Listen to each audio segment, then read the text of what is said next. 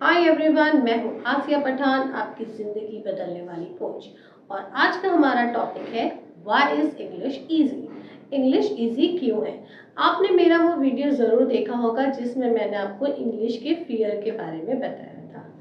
आपसे मेरा आज एक ये सवाल है, क्या आप कभी इंग्लिश बोलने से डरे हैं?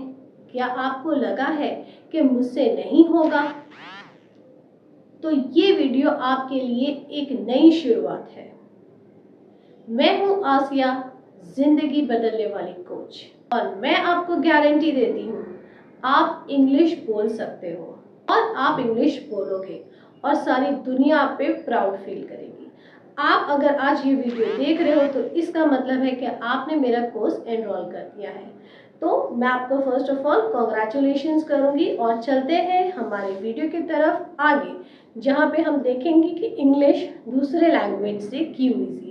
अब दूसरा लैंग्वेज मैं यहाँ पे स्पेसिफिकली रेफर कर रही हूँ हिंदी, गुजराती एंड मराठी। सबसे पहली बात, इंग्लिश मुश्किल लैंग्वेज नहीं है, आपको सिर्फ सही तरीके से सीखना है, बिना डरे। चलिए देखते हैं कि इंग्लिश इतनी इजी क्यों है। मेरे पास प्रूफ है, तो मैं आपको प्रूफ के साथ ये एक्सप्लेन करूँगी। Number 1, no gender confusion. आप जानते हैं कि हिंदी में हम कुर्सी को क्या कहते हैं? हम कहेंगे कि ये कुर्सी सुंदर है, this chair looks beautiful English में। तो आप ये जानते हो कि हिंदी में कुर्सी स्त्रीलिंग होती है, लेकिन इंग्लिश में देयर इज नो जेंडर। तो पहला हमारा जो पॉइंट है वो ये है कि देयर इज नो जेंडर। जब आप हिंदी में लिखते हो या बोलते हो तो आप बोलोगे टेबल का रंग काला है, आप टेबल को मेल जेंडर में कंसिडर करते हो। लेकिन इंग्लिश में हम कहते हैं the colour of table is black. तो अगर टेबल हो, चेयर हो, कोई भी सब्जेक्ट हो, हम खाली यहाँ पे सब्जेक्ट बदल देंगे। टेबल की जगह चेयर, पेन, बुक, और सबके लिए हम इजी यूज करेंगे। लेकिन हिंदी, गुजराती में ऐसा नहीं होता, मराठी में भी ऐसा नहीं होता। हम वहाँ पे चीज़ों के जेंडर देखते हैं, नॉन लिविंग चीज़ों के जेंडर देखते हैं। जैसे हम कुर्सी को फीमेल बताते हैं, पेन को फीमेल बताते हैं, पंखे को मेल बताते हैं। लेकिन इंग्लिश में देयर इज नो जेंडर। तो आपको ये याद रखना है, जेंडर नहीं है इंग्लिश में, आपको सिर्फ बोलना है। अब हम चलते हैं सेकेंड पॉइंट की तरफ। हमारा दूसरा पॉइंट है वो ये है कि इंग्लिश में सिंपल वर्ब फॉर्म होता है। वर्ब का मतलब होता है क्रिया, क्रिया एक्शन। जैसे हम हिंदी में देखेंगे वह आ रहा है, तो यहाँ पे रहा है, आ रहा है, ठीक है। वह आ रही है, वह आ रहे हैं। तो हम सब्जेक्ट के हिसाब से यहाँ पे हम वर्ब्स को बदलते हैं। लेकिन इंग्लिश में ऐसा नहीं होता। इंग्लिश में हमारा सब्जेक्ट बदलेगा लेकिन वर्ब सेम ही रहेगा। जैसे he is coming, she is coming, they are coming. तो हमारे यहाँ पे सब्जेक्ट बदलते हैं, वर्ब नहीं बदलते। सब्जेक्ट के हिसाब से हम सिर्फ हेल्पिंग वर्ब को बदलते हैं। अब इस हेल्पिंग वर्ब को कैसे चेंज करना है वो मैं आपको आगे वीडियो में बताऊंगी।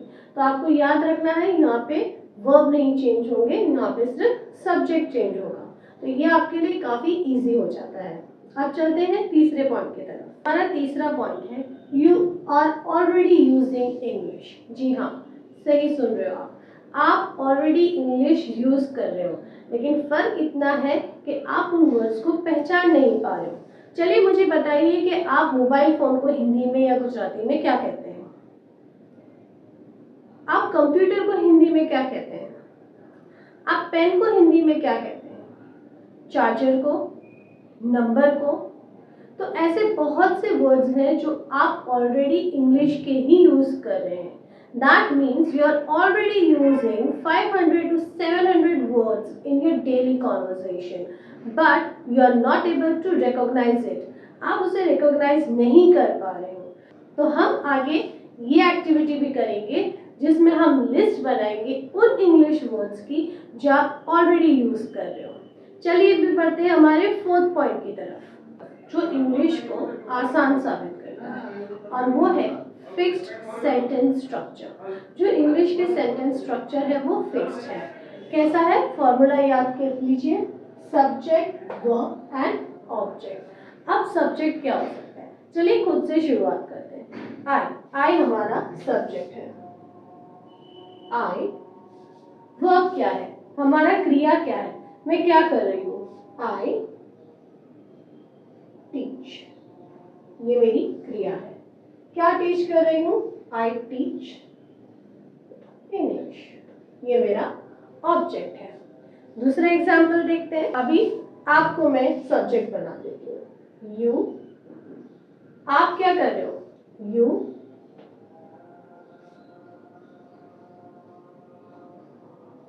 Watch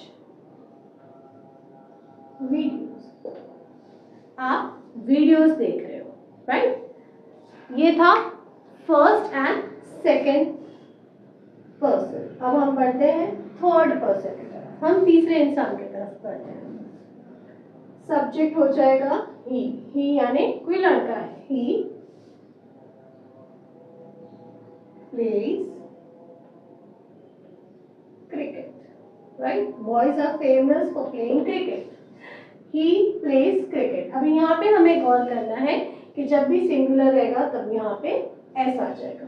same way she reads, she यहाँ पे लड़की, क्रिया क्या कर रही है, वो रीड कर रही है book, she reads book. Actually हमारी मेंटेलिटी बन गई है कि अगर लड़का है वो क्रिकेट खेल रहा है और अगर वो लड़की है तो वो बुक पढ़ रही है, लेकिन इसका उल्टा भी हो सकता है। She plays cricket, he reads book. चलिए अब हम बढ़ते हैं आगे। अब हम देखते हैं प्लूरल फॉर्म को, ठीक है। ये था, मैंने आपको बताया था सिंगुलर, अब देखते हैं प्लूरल। वी, सब्जेक्ट है वी। वी जब मैं भी खुद में शामिल हूँ, इसके अंदर शामिल हूँ। वी गो टू पार्क, ठीक है, we go to park. Subject है हमारा वी, वर्ब है हमारा गो और ऑब्जेक्ट है हमारा टू पार्क। अब हमारा सब्जेक्ट दे, दे जिसमें मैं शामिल नहीं हूँ, मैं नहीं हूँ। जब हम खुद नहीं होते तो हम दे कहते हैं, दे मतलब वो लोग। दे वॉश देयर कार, ठीक है। दे यहाँ पे subject, wash verb, they wash their car, वह अपनी गाड़ी को धो रहे हैं। हमारा पांचवा पॉइंट जो इंग्लिश को इजी बताता है वो है your ears and eyes are used to English. आपके कान और आपकी आंखें रोज इंग्लिश सुन रही हैं और रोज इंग्लिश देख रही हैं। आप इस बात को नहीं झुठला सकते कि रोज आप व्हाट्सएप पे, फेसबुक पे, इंस्टाग्राम पे इंग्लिश म्यूजिक भी सुन रहे हैं, इंग्लिश की रील्स भी देख रहे हैं, नेटफ्लिक्स पे भी आप देख रहे हो। तो फिर बचा क्या है, बचा है आपकी ज़बान। आपकी ज़बान को इंग्लिश बोलना ट्रेन कराना है, क्योंकि मैंने आपको बता दिया है ये 5 पॉइंट। अगर हम गिनने जाएंगे तो हमें और भी पॉइंट्स मिलेंगे, लेकिन मुझे ये लगता है कि ये 5 पॉइंट काफ़ी है आपको ये समझाने के लिए कि इंग्लिश एक ईजी लैंग्वेज है। ये सिर्फ एक माध्यम है, this is just a tool, ये कोई रॉकेट साइंस नहीं है। हम लोगों ने इंग्लिश को इतनी हाइप दे दी है कि वो एक इंटरनेशनल लैंग्वेज बन चुका है। अब इस बात को तो हम जुटला नहीं सकते, ना अब इसे शायद इतनी जल्दी बदल सकते हैं। तो हमें क्या करना है, हमें सिर्फ खुद को बदलना है, खुद को ट्रेन करना है। कैसे, उसकी फिक्र आप मत कीजिए, क्योंकि आपको मिल गई है आपकी ज़िंदगी बदलने वाली कोच आसिया पठान। आपको अभी आगे बढ़ना है और ये 30 दिन का कोर्स पूरा करना है। सेकेंड डे पे आप ज़रूर कुछ नया सीखेंगे, जो भी सीखेंगे उसे यूज़ करना है, प्रैक्टिस करना है। आपने काफ़ी लोगों से सुना होगा मिरर टॉकिंग, ये कुछ काम नहीं आता, लेकिन नहीं, ये काम आता है। जाइए मिरर के सामने खड़े होइए, खुद को इंट्रोड्यूस कीजिए। Hi, I am Asiya Pathan and I am your coach. आप खुद का नाम लीजिए, हाय आई एम डैश, आई और जो आप काम करते हो। I am a student, I am an employ, I am a manager, I am a teacher, I am a dancer, whatever you do. Mirror के सामने खड़े होके फुल कॉन्फिडेंस में बोलिए। ये है आपका आज का टास्क। मिलते हैं नेक्स्ट वीडियो में। जब तक ये सीखते रहिए, बोलते रहिए, क्योंकि हमें अपने सपनों को उड़ान देना है और इंग्लिश बोल के दिखाना है।